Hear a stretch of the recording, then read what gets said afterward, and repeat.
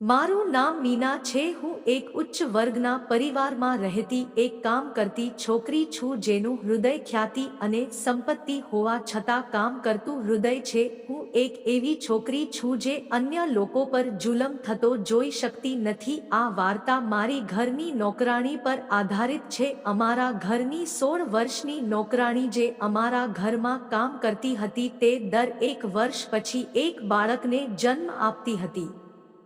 જો કે તેના લગ્ન પણ ન થયા હોવા છતાં તે કુંવારી હતી। ત્યારે મારી માતાએ તેને પૂછ્યું કે આ પાપ કોણે કર્યું છે અને આ કોના નામે છે? પાપ પછી નોકરાણી રડતા રડતા મારા પિતા પર આરોપ મૂકતી અને જ્યારે મારી માતા પિતાને પૂછતી ત્યારે પિતા કહેતા કે આ બધું ખોટું છે અને આ નોકરાણીને ખૂબ ઠપકો આપતો કે તું કોઈ છે। આ વખતે અમારી નોકરાણી ફરી ગર્ભવતી થઈ। મારી માતાએ તેને ઘરની બહાર ધકેલી દીધી કારણ કે તે મારા પિતા પર ફરી આરોપ લગાવવા જઈ રહી હતી। હું તો ગઈ પણ એક નોકરાણી તરીકે તેની હાલત જોઈને મને આશ્ચર્ય થયું કારણ કે તે જીવનના અંતિમ શ્વાસ લઈ રહી હતી। મારું નામ મીના છે। આજે જ્યારે હું આવ્યો ત્યારે કોલેજથી ઘરેથી મારી નોકરાણી જેનું નામ ચંદા હતી। ચાંદની વાત સાંભળીને મારું હૃદય ચોંકી ઉઠ્યું કારણ કે મારી માતા તેને ઘરની બહાર ધકેલી રહી હતી। હું ઝડપથી આગળ ગયો અને તેને મારી બાહોમાં પડેલી જોઈ। માણસ કેવી રીતે પીડિતા પર આ રીતે જુલમ કરી શકે? શું આની જરૂર છે અને ન્યાય ક્યાં છે? મેં મારી માં સામે જોઈને પ્રશ્ન કર્યો। ઘરમાં સહન નથી થઈ શકતું અને એક દિવસ પણ ઘરમાં રાખી શકતો નથી કારણ કે આજે તેણે હદ વટાવી દીધી છે। તેણે આપણા ઘરની ઇજ્જત પોતાના હાથમાં લેવાનું વિચારીને તે સાવ ભૂલી ગઈ છે કે હું જે થાળીમાં ખાઉં છું તેમાં હું કાણું પાડવા ગઈ છું। અહીંથી, આ ઘરની બહાર અને આપણા જીવનમાંથી પણ જાઉં છું। તેને ઘરની બહાર કાઢી મૂક્યો। મેં કહ્યું, માં, આ ગરીબમાં શું ખોટું છે? તે કહેવા લાગી, દીકરા, તને લોકોનું રમવું નથી આવડતું। અમે અમારો બોજ અમીરોના માથે નાખીએ છીએ અને તેનાથી આગળ હું કરી શકું છું તને કહું। મેં કરેલા ગુનાથી હું સાવ અજાણ હતો। મેં છુપાઈને માતા અને ઘરના અન્ય નોકરોને સાંભળવાની કોશિશ કરી પણ તેઓ અમુક બાળકોની વાત કરી રહ્યા હતા। આખરે વાત શું હતી? આ સમયે પણ માં મને તેની વાતની એક ઝલક પણ ન લેવા દીધી અને આજે પણ મનનું વર્તન એવું જ છે। મને બહુ ચિંતા થવા લાગી। એ નિર્દોષ છોકરી ચંદા આવું શું કરી શકે? મારે મારી બીજી નોકરાણીઓ પાસે પૂછપરછ કરવી પડશે। ઘર, કદાચ કોઈ રસ્તો નીકળશે જેથી હું તેની છોકરીને મદદ કરી શકું કારણ કે તે ગરીબ સ્ત્રી બાળપણથી તેની માતાની જગ્યાએ આ ઘરમાં કામ કરે છે। બીજા દિવસે જ્યારે એક નોકરાણી મારા રૂમમાં આવી ત્યારે મેં તેને કહ્યું, સાંભળો, હું તારી સાથે ખૂબ જ અગત્યની વાત કરવી છે। મેં કહ્યું, તું સારી રીતે જાણે છે કે હું મારી માતાની જેમ બિલકુલ એકલી નથી। તું મને કહે કે ચંદાને આ ઘરમાંથી કેમ કાઢી મૂકવામાં આવી છે? ડરવાની જરૂર નથી। ત્યારે નોકરાણીએ કહ્યું, નાની રખાત ચંદાએ પહેલેથી જ 2 બાળકોને જન્મ આપ્યો છે અને હવે તે ફરીથી ગર્ભવતી છે। જ્યારે તે કુંવારી છે તે સારી રીતે પરિણીત નથી। તે ખૂબ જ નાની છે। તે ખૂબ નાની છે। તે એક સગીર છોકરી છે અને તેણે તેના નોકર સાથે પોતાનું મોઢું કાળું કર્યું છે। રખાતનું ઘર। પણ પછી હું ચોંકી ગયો અને મારું મોં ખુલ્લું જ રહી ગયું। મને એવું ના કહે કે મેં તમને ચાંદ વિશે પૂછ્યું હતું। તે નોકરાણી ત્યાંથી ગઈ હતી પણ હું ખૂબ જ બેચેની થઈ રહી હતી। આ બધું કેવી રીતે થઈ શકે? જો કે ત્યાં હતી મારી અને તે છોકરીની ઉંમરમાં 4 વર્ષનો તફાવત। હું કારને બોલાવતો હતો। હું મારું બધું ધ્યાન મારા અભ્યાસમાં કેન્દ્રિત કરતો હતો।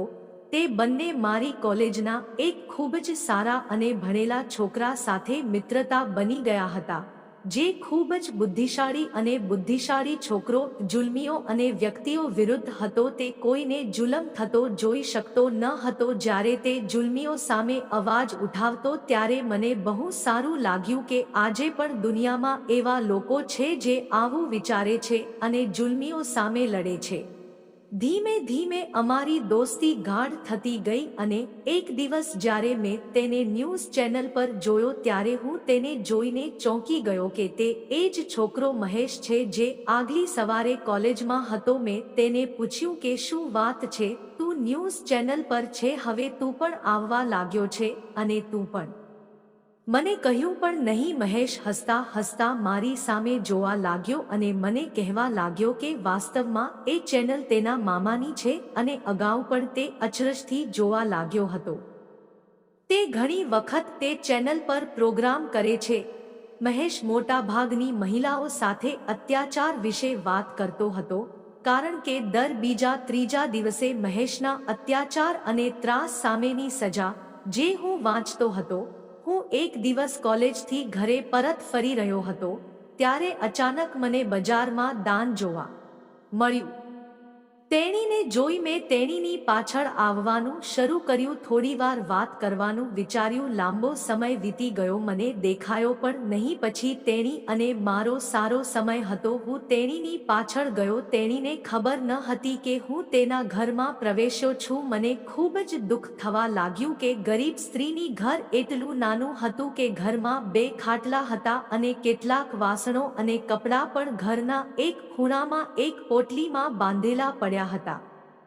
આટલી ગરમી અને ઉપરથી તે પીંછું રણકતું હતું જે મારી સામે ધીમે ધીમે આગળ વધી રહ્યું હતું. મેં તેને ખાટલા પર જોયો કે તરત જ તેની માતાની બુદ્ધિ હતી જે સતત ખાંસી કરતી હતી. તે સહેજ પણ મોડું નહોતું આવતું અને દાન તેની સેવામાં હતું. ક્યારેક હું તેને પાણી આપતો અને ક્યારેક તે દેખાઈ આવતો. તેની કમર પર હાથ મિલાવ્યા. હું કંઈ સમજી શક્યો નહીં. આજે હું જે જોઈ રહ્યો હતો તે સાચું હતું. દિવસ દરમિયાન તેની સાથે જે કંઈ થયું તે સાચું હતું, કારણ કે તે એક મજૂર હતો. તે કંઈક બીજું જ સાબિત કરી રહ્યું હતું, પણ તેની ખરાબ હાલત જોઈને કંઈક બીજું જ હતું સામે આવી રહી હતી. ચાંદના પેટ તરફ નજર પડતા જ હું સ્તબ્ધ થઈ ગયો. મારી આંખમાં આંસુ આવવા લાગ્યા. તે ખરેખર પ્રેગ્નન્ટ હતી.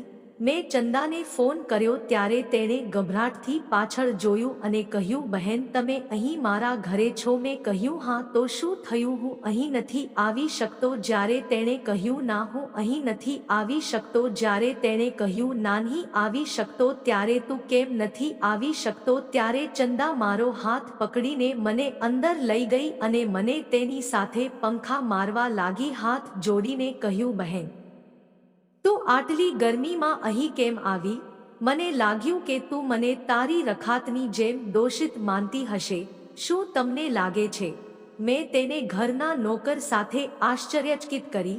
તેના પેટ તરફ ઇશારો કરીને કહ્યું કે આ શું છે? ત્યારે તેણે હસીને કહ્યું, હા એ સાચું છે કે મેં 2 બાળકોને જન્મ આપ્યો છે. આ પહેલા પણ મને આંચકો લાગ્યો કે આ 16 વર્ષની અપરિણિત છોકરી કયા મંત્રમાં પડી ગઈ હતી. ચંદા કહેવા લાગી કે તે મારી માતાની હાલત એક વાર જોઈ છે.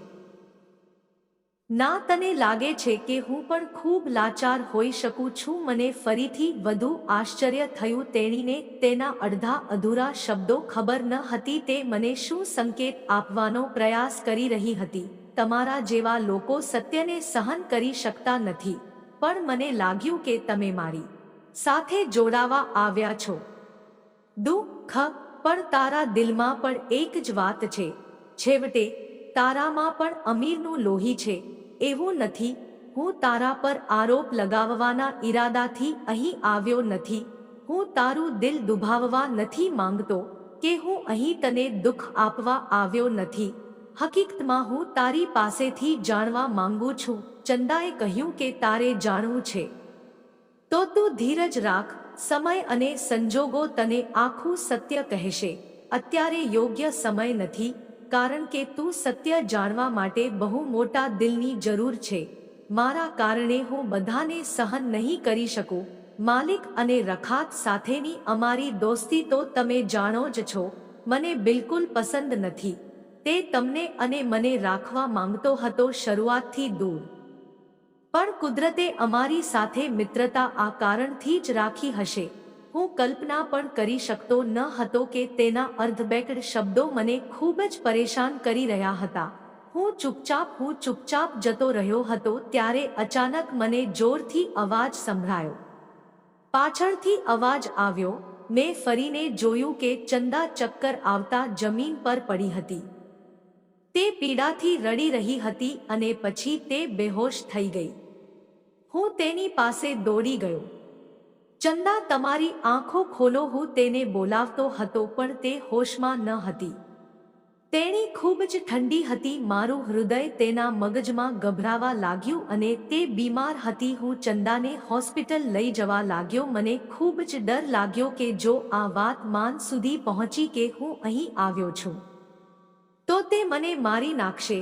પછી અચાનક મને વિચાર આવ્યો, મહેશ, તે મારો મિત્ર હતો જે આ સમયે મારી મદદ કરવા આવી શક્યો હોત. હું ચંદાને જ્યાં લઈ જતો હતો તે સરનામું કહ્યું. હું હોસ્પિટલ પહોંચતા જ મહેશ પણ ત્યાંથી આવ્યો. પછી મને થોડી રાહત અનુભવાઈ. હવે હું હતો એકલો નથી. શું તે ઠીક છે? મેં તેને અડધાથી કહ્યું કે મારી એક મિત્ર છે.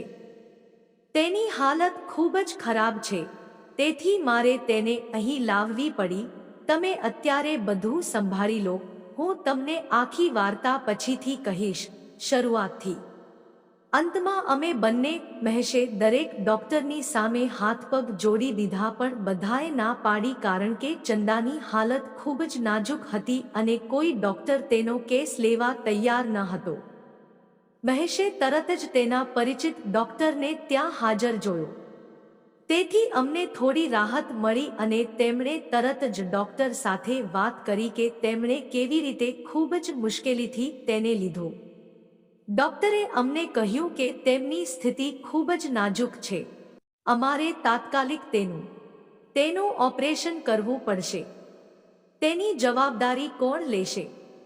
મેં ડરતા કહ્યું, તમે ગમે તે રીતે કરો, આ સમયે આ ઓપરેશન કરો. આ કાગળોમાં આ છોકરીનો પતિ ક્યાં છે? હું ફરી ચોંકી ગયો. હવે આ બાળક તમને ક્યાંથી મળશે? પણ મહેશે સમયનો વિચાર કર્યા વિના એ કાગળો પર સહી કરી દીધી હતી. અમારી પાસે તેના માટે સમય નહોતો અને બીજો કોઈ રસ્તો નહોતો. અમારી પાસે ફક્ત તેના માટે સમય હતો, ચંદને બચાવવા માટે. જીવન. ચંદન પહેલા પણ ઓપરેશન દ્વારા 2 બાળકોને જન્મ આપી ચૂક્યો હતો અને આ વખતે પણ ચંદને પોતાનો જીવ જોખમમાં મૂકીને જોડિયા બાળકોને જન્મ આપ્યો હતો. પરંતુ ચંદાની હાલત ખૂબ જ નાજુક હતી. તે જીવન અને મૃત્યુ વચ્ચે લડી રહી હતી. આ દરમિયાન મેં મહેશને કહ્યું કે આખી વાત, વર્ષો પહેલા તે છોકરીની માં અમારા ઘરે કામ કરતી અને પછી તે બીમાર પડવા લાગી. એટલે જ તે તેની દીકરી ચંદાને કામ માટે અમારા ઘરે લઈ આવી. માતા અને પિતાને પણ તેના માટે દુઃખ થયું. અમે તેને પૈસા આપતા. જમ્યા પછી દિવસો આમ જ વીતતા ગયા. ચંદા અને હું સારા મિત્રો બની ગયા હતા. અમે સાથે હસતા હતા અને ક્યારેક હું તેને રાત્રે મારા ઘરે રાખતો હતો. હું તેને ખૂબ જ પસંદ કરતો હતો. અને પછી તે 16 વર્ષની થઈ અને હું 19 વર્ષનો થયો. હવે હું મારા અભ્યાસમાં વધુ ધ્યાન આપતો હતો. હું ચંદ્રાને ભાગ્યે જ મળતો હતો. અચાનક તે દિવસોમાં મારી માતાનું વલણ બદલાઈ ગયું હતું કે તેણીને બિલકુલ પસંદ ન હતી. ઘરમાં તેની હાજરી પણ તે સહન કરતી ન હતી. પરંતુ તેની માતાની માંદગી પછી ચંદાએ તેનો ઉપયોગ કર્યો. તેની જગ્યાએ અમારા ઘરે કામ કરવું કારણ કે પિતાએ તેને પરવાનગી આપી હતી. હું તેને કહેતો હતો અને ફરીથી બધું બદલાઈ ગયું. તે પતિ વિના ગર્ભવતી થઈ ગઈ. પણ મને ખૂબ ગુસ્સો આવ્યો, પણ હવે ચંદા સાથે ખૂબ જ ખરાબ થયું. પણ પછી ફરીથી એક વર્ષ જ્યારે ચંદાને ઘરની બહાર ધકેલી દેવામાં આવી ત્યારે મેં તેને રોકવાની ઘણી કોશિશ કરી, પરંતુ આશ્ચર્યની વાત એ છે કે પહેલાં હું આ બાબતથી સાવ અજાણ હતો, કારણ કે બાર શહેરની બહાર ગયો હતો. જો તે ત્યાં હોત તો આવું ક્યારેય ન થાત. થોડી જ વારમાં ડોક્ટરે આવીને કહ્યું કે ચંદા ફરી હોશમાં આવી ગઈ છે. તે મીનાને પહેલા મળવા માંગે છે. પણ ચંદા, હું તેને મળવા અંદર ગયો હતો. હું અંદર ગયો કે તરત જ મારી આંખમાં આંસુ આવી ગયા. તે છોકરી ચંદા, જેની સાથે તે ખરાબ રીતે ખીલી રહી હતી અને તેની હાલત ખરાબ થઈ રહી હતી, તેને જોઈને મારું હૃદય જોર જોરથી ધડકવા લાગ્યું હતું. તે તેના છેલ્લા શ્વાસ લઈ રહી હતી. તેની પાસે વધુ સમય નહોતો. તે માત્ર કોઈ ડરની મહેમાન હતી. મને ડર હતો કે મને ખબર નથી કે હવે શું થવાનું છે. તે મને માત્ર એટલું જ કહી શકતી હતી કે મારા બાળકોની રક્ષા કરનાર તે વ્યક્તિ કોણ છે, જે ચાંદ સાથેની વ્યક્તિ હતી, અને તેને આટલી નાની ઉંમરમાં આ પરિસ્થિતિમાં કોણ લાવ્યું? આ બધા માટે કોણ જવાબદાર છે? આ અને છેલ્લી ઘડીએ મારી અને ચંદા વચ્ચેની વાતચીત સાંભળીને હું ચોંકી ગયો. હવે મને બધું સમજાય છે. નાનપણથી જ ચંદ સાથે મારા ઘરમાં જે બધું થતું હતું તેની પાછળનું કારણ શું હતું. હું ચંદાને આશ્વાસન આપવા લાગ્યો. મારી આંખમાં આંસુ હતા. મહેશ અને મેં માદીકરીની વિધિ કરી. ચંદાની એ વાતો મને નકામો કરતી હતી. મેં મહેશને બધું જ વિગતવાર કહ્યું. જો તું સ્વસ્થ થઈ જશે તો મને કંઈ થશે નહીં, અને મને કહે કે તારા પહેલા 2 જોડિયા ક્યાં છે. ચંદાએ જે કહ્યું તે મને જલ્દી કહે. તે સમયે હું આ બધું સાંભળીને ચોંકી ગયો હતો. મારી આંખમાં આંસુ આવી ગયા હતા અને મારું હૃદય ઈચ્છતું હતું કે જમીનમાં તિરાડ પડે અને હું તેમાં દટાઈ જાઉં. પછી થોડી જ વારમાં ચંદાની આંખો બંધ થવા લાગી. તે સંપૂર્ણ શ્વાસ લઈ રહી હતી. મેં તેને જોતાની સાથે જ અમને બધાને કાયમ માટે છોડી દીધા હતા. બધા ડોક્ટરો ત્યાં દોડી આવ્યા હતા અને ચંદાનું મોં સફેદ કપડાથી બાંધેલું હતું. મેં અને મહેશે ચંદાની વિધિ ગોઠવી, અને જ્યારે તેની માતાને ચંદાના મૃત્યુની જાણ થઈ, તેને આઘાત લાગ્યો. એ સમાચાર સાંભળતાની સાથે જ પેલી બિચારી પણ આ દુનિયા છોડી. મહેશ અને મેં માદીકરીની વિધિ કરી. ચંદાના એ શબ્દો મને ડૂબાડી રહ્યા હતા. મેં મહેશને બધું વિગતવાર કહ્યું. હવે તે એકલો જ હતો જે વ્યક્તિ મને મદદ કરી શકે. મેં અને મહેશે સાથે મળીને એક મોટી યોજના બનાવી અને મીડિયામાં સમાચાર ફેલાવ્યા કે આપણા શહેરમાં 16 વર્ષની નોકરાણી પર થયેલા ગુના સામે આપણે સૌએ અવાજ ઉઠાવવો જોઈએ, જેથી કોઈ ગરીબ યુવાન સ્ત્રી ક્યારેય મૃત્યુ પામે છે. સાથે મળીને આ જુલમ ના થવું જોઈએ જે વર્ષોથી થઈ રહ્યું છે. અમે જલ્દી જ આ નોકરાણીના ગુનેગારને સજા અપાવીશું અને અમે તેની વાર્તા જાહેરમાં બતાવીશું. અને પછી બધું મીડિયા પર ઝડપથી ફેલાઈ ગયું. હું ઘરે પહોંચ્યો કે તરત જ મને સૌપ્રથમ સમાચાર મળ્યા કે પિતા ઘરે પરત ફર્યા છે. પરંતુ બીજી તરફ ખુશ થવાને બદલે હું મારા મિત્રની વિદાયથી દુઃખી હતો. મેં પહેલા પિતાના રૂમમાં જઈને તેમને મળવાનો પ્રયાસ કર્યો. જ્યારે માતાએ તેનું નામ લીધું, પપ્પા તેના પર ખૂબ ગુસ્સે થયા. આખરે તેઓ આટલી બધી શું દલીલો કરતા હતા. મને જોઈને મારા મન અને પપ્પા શાંત થઈ ગયા અને પિતાએ મને ગળે લગાડ્યો, પાણી અને ખૂબ પ્રેમ કર્યો. મેં બીજા જ દિવસે મહેશને ફોન કર્યો અને પહેલા હું મારા માસીના ઘરે ગયો. ત્યાં જતાની સાથે જ મેં મારી માસીની વહુને મળવાનો પ્રયત્ન કર્યો. ત્યારે બધાને નવાઈ લાગી કે આજે તે અચાનક મને મળવા કેમ આવી. તેણીને ખૂબ જ મહત્વપૂર્ણ કામ છે. પછી હુઆએ મને તેણીને મળવાની પરવાનગી આપી હતી અને તરત જ હું તેને મહેશ સાથે મળ્યો હતો અને ચંદાના જોડિયા બાળકો વિશેની તમામ માહિતી મેળવી હતી, જે હવે તેની સાથે રહે છે કારણ કે તે બાજ હતી અને તેણે તેની જવાબદારી લીધી હતી. તે બંને બાળકો મહેશે તેના તમામ રેકોર્ડિંગ તેના ફોનમાં સેવ કર્યા હતા અને અમે બંને તેની પરવાનગી લઈને તે બાળકોના બ્લડ સેમ્પલ લઈને ત્યાંથી નીકળી ગયા હતા. ત્યારબાદ અમે હોસ્પિટલ પહોંચ્યા કે તરત જ અમે ફોન લઈ લીધો હતો. હોસ્પિટલની પરવાનગીથી ચાંદના બાળકોના સેમ્પલ લીધા અને તમામના ટેસ્ટ કરાવ્યા.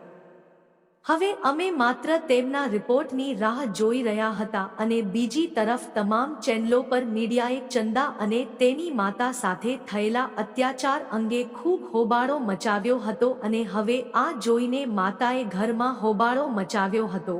માતા અને પિતાએ ગુસ્સામાં ઘરના તમામ નોકરોને કાઢી મૂક્યા હતા અને પછી એક દિવસ અમે અમારા વિસ્તારના પંડિતને મળ્યા. વાસ્તવિકતા અમારી સામે હતી. આવો હવે આખું સત્ય ખુલ્લેઆમ અમારી સામે આવ્યું. બીજી તરફ એવા અહેવાલો પણ આવી રહ્યા હતા જે સાબિત કરવા જઈ રહ્યા હતા કે ચારેય બાળકો ભાઈ બહેન છે. અગાઉ પણ ચંદને 2 જોડિયા બાળકોને જન્મ આપ્યો હતો અને હવે તેણે પણ બાળકોને જન્મ આપ્યો છે.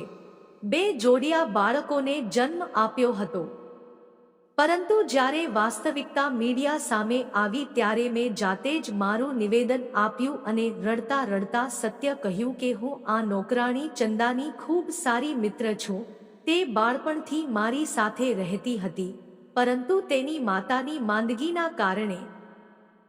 કારણે તે ખૂબ જ પરેશાન હતી અને તેને પૈસાની સખત જરૂર હતી. જ્યારે આનો ફાયદો ઉઠાવીને ચંદાની સુંદરતાના પાગલ એક વ્યક્તિએ પહેલા તેને ચંદા સાથે પરિચય કરાવ્યો અને પછી તેનો ગુનો છુપાવવા માટે ચંદા સાથે બળજબરીથી લગ્ન કર્યા. અને જ્યારે તેણીએ એકસાથે 2 જોડિયા બાળકોને જન્મ આપ્યો ત્યારે નિંદાના દરે તેણે બધો દોષ છોકરી અને તેના જ ઘરના નોકરના માથે નાખ્યો, જેથી મામલો સાફ થઈ જાય અને તે બાળકોને હોસ્પિટલમાંથી ગાયબ કરવામાં આવ્યા. તેઓએ એક સંબંધીને આપી હતી અને જ્યારે તે છોકરી ફરીથી ગર્ભવતી થઈ તે દરમિયાન તે વ્યક્તિ શહેરની બહાર ગયો હતો અને તે બધાથી સાવ અજાણ હતો અને જ્યારે તે પાછો આવ્યો ત્યારે આખો મામલો બહાર હતો. તેની સમજણ કારણ કે મીડિયા પર સમાચાર ફેલાઈ ગયા અને તે માણસ બીજો કોઈ નહીં પણ મારો પોતાનો સદા આપ હતો, જેણે પહેલા તેને બાળકો સાથે દુષ્કર્મ કરાવ્યું અને પછી ગુનો છુપાવવા તેની સાથે લગ્ન કર્યા. અને જ્યારે હોકરીએ અમીરજાદા સામે અવાજ ઉઠાવવાની હિંમત કરી, તેણે પોતાના જ ઘરના નોકર સાથે મળીને યુવતીને બદનામ કરી તેની પત્નીને ઘરમાંથી કાઢી મૂકવા દબાણ કર્યું હતું. મારા પિતા દોષિત હતા પણ તેમની સાથે મારી માતા પણ આ ગુનામાં સમાન રીતે સામેલ હતી. વાસ્તવિકતા લાંબા સમયથી જાણીતી હતી, પરંતુ પહેલા તેણીએ તેના પતિના ગુનાઓને ઢાંકવા માટે તે ગરીબ મહિલા પર જુલ્મના પહાડો તોડી નાખ્યા હતા. મારા નિવેદને મીડિયાને હચમચાવી નાખ્યું હતું, પડદો હટાવી દીધો હતો અને જીવ ગુમાવનાર દાસી ચંદાના ત્રાસ સામે જુબાની આપી હતી. જે બાદ પોલીસે તાત્કાલિક મારી ધરપકડ કરી હતી. પપ્પા, મારી માતા શર્મના કારણે મારી સામે આંખ મીંચી શકતા નહોતા અને આજે મને એ વ્યક્તિને પિતા કહેતા પણ શરમ આવે છે, જે ઘરમાં બધાની સામે ચંદાને દીકરીઓની જેમ બોલાવતા અને પ્રેમ કરતા અને અંધારામાં આવતા વરુના રૂપમાં રાત્રે હું તે ઘરમાં રહેવા માંગતો ન હતો. મેં મહેશ સાથે લગ્ન કર્યા અને તેની સાથે કાયમ માટે ગયો. તે ગરીબ છોકરી જેણે તેની જિંદગી બરબાદ કરી હતી, તે મૃત્યુ પામી હતી, પણ મારા માતા પિતાએ કર્યું હતું જેમણે તેમની જિંદગી પણ બરબાદ કરી હતી. તમને અમારી વાર્તા પસંદ આવી જ હશે. જો તમને વાર્તા પસંદ આવી હોય તો વિડિયો લાઈક કરો.